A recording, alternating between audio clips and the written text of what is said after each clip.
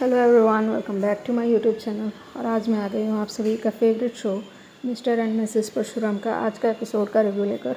आज के एपिसोड की शुरुआत में हम देखते हैं कि करण कुलकर्णी, आराध्या एंड कबीर वहाँ मार्केट में गए होते हैं और उन लोग बोलते हैं कि पापा देखो ना, चप्पल मतलब कि पैरों में धूल लग रही है और यहाँ से बहुत ज़्यादा स्मेल आ रही है, हमें यहाँ से जाना चाहिए और आप यहाँ क्या ढूंढने आए हो, कुछ समझ में ही नहीं आ रहा।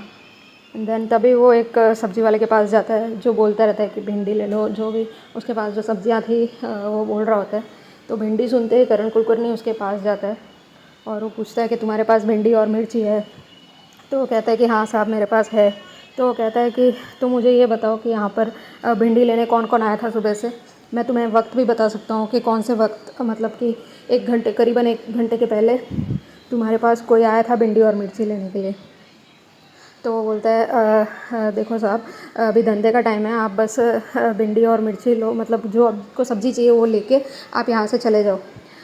धंधे के टाइम में ये ज़्यादा मत करो। तो कहता है कि तुम्हारे पास अभी कितनी सब्ज़ियाँ हैं यहाँ पर। तो वो मैं पूरा का पूरा ले सकता हूँ, तुम उसका रेट बता दो।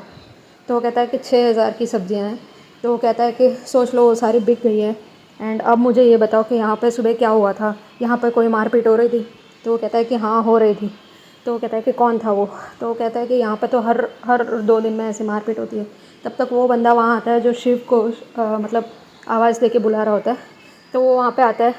तो वो उससे पूछने लगता है कि आप यहाँ पे ही रहते हो क्या।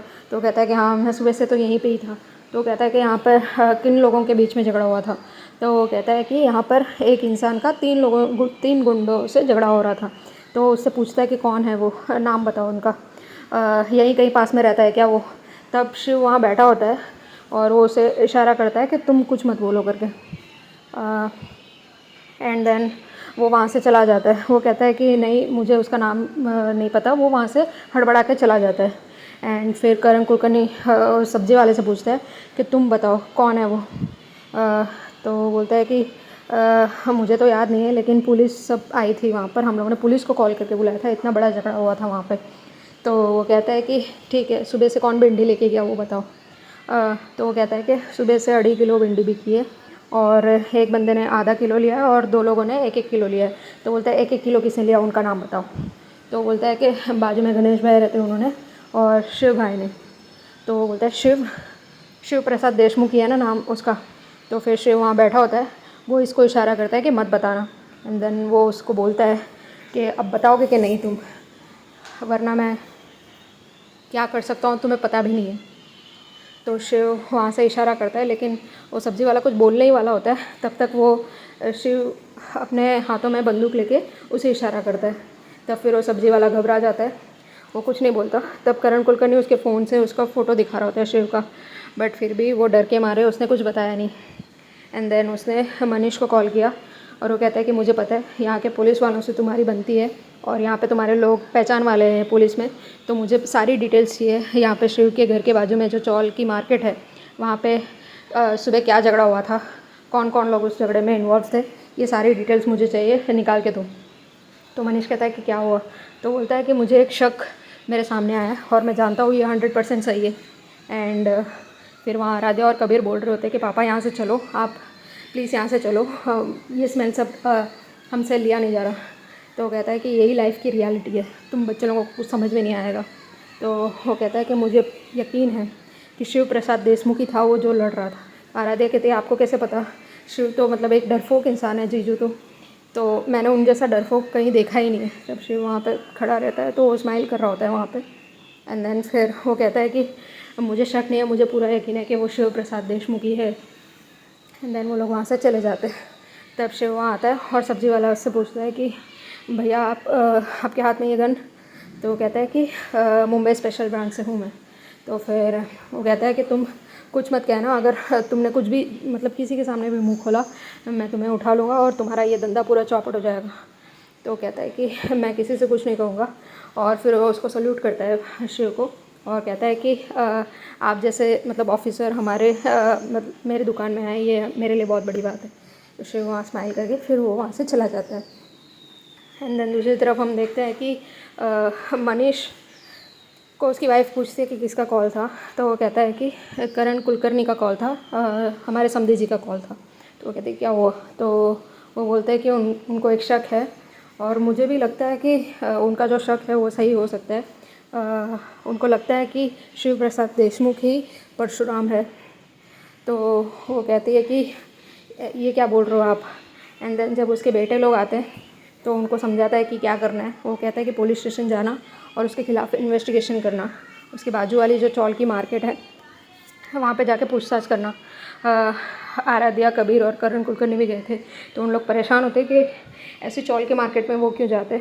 एंड देन आराध्या की माँ उससे पूछती है कि वही मार्केट है ना जो हम लोग जाते थे और रास्ते में पड़ता था, हम तो कभी गए नहीं वहाँ पे, लेकिन ये सब क्या है। तो वो कहता है कि करण कुलकर्णी साहब को लगता है कि वो बंदा शिव प्रसाद देशमुख ही है। तो कहती है कि तो आप डायरेक्ट शालिनी से पूछिए ना, या तो फिर दामाद को फ़ोन लगाइए। तो कहता है कि मुझे लगता है इन सब के पीछे एक बहुत बड़ा रीज़न है, बहुत बड़ा गेम चल रहा है, तो हमें भी उस वे में ही जाना पड़ेगा जिस वे में लोग इस चीज़ को लेके जा रहे हैं। एंड वहाँ भूमिका आती है और वो कहती है कि तुम लोग ये क्या प्लानिंग प्लॉटिंग करते रहते हो, यहाँ के लोगों को और कुछ काम नहीं है क्या? लड़कियों को गिराना, लड़कियों के बारे में बदनाम करना और बच्चों को किडनैप करना, यही सब बाकी रह गया क्या यहाँ पर? एंड खुद के दामाद से बात किए बगैर डायरेक्टली आप लोग उनके अगेंस्ट इन्वेस्टिगेशन कर रहे हो। आप लोग ये क्या गेम खेल रहे हो तुम लोग खुद ही अपने फैमिली के अंदर? मुझे तो घिन आती है इस फैमिली में रहने से। एंड देन वो सब लोग उसे चुप कराने की कोशिश करते हैं। एंड उसका हस्बैंड भी बोलता है तुम जाओ अंदर जाके खाना बनाओ। मनीष भी यही बोलता है। तो बोलती है कि मैं अभी तुमको बताऊंगी कि एक लड़की का काम सिर्फ गहने पहन के घर का काम करना ही नहीं होता, और भी कुछ इम्पॉर्टेंट चीज़ें होती है उसकी लाइफ में अचीव करने के लिए, और तुम लोगों को तो मैं बताऊंगी। एंड वो कहती है कि कबीर को जेल ज़रूर होगी, जिस हिसाब से उसने गुनाह किए हैं उसको जेल ज़रूर होगी। वो कहती है कि संभाल कर बोलो, वो आराध्या का पति है। तो वो कहती है कि आराध्या का पति भले ही हो, लेकिन वो एक क्रिमिनल है और उसके किए की सज़ा उसको मिलेगी ज़रूर। तब आराध्या की माँ उसको मारने जाती है, तब वो रुक जाती है। तो भूमिका बोलती है कि क्यों रुक गए आप, मारो ना। फिर उसके हस्बैंड को बोलती है कि आप क्या चुप क्यों खड़े हो, आपको दिख नहीं रहा है क्या ये मेरे पे हाथ उठाने आ रहा है और आप कुछ बोल नहीं रहे हो? तो वो बोलता है कि वो सही बोल रहे हैं, तुम अंदर जाओ, किचन में जाके खाना बनाओ। एंड देन वो लोग चले जाते हैं। फिर दूसरी तरफ हम देखते हैं कि करण कुलकर्णी, कबीर और आराध्या एक प्लेग्राउंड में आते हैं जहाँ चिंटू खेल रहा होता है।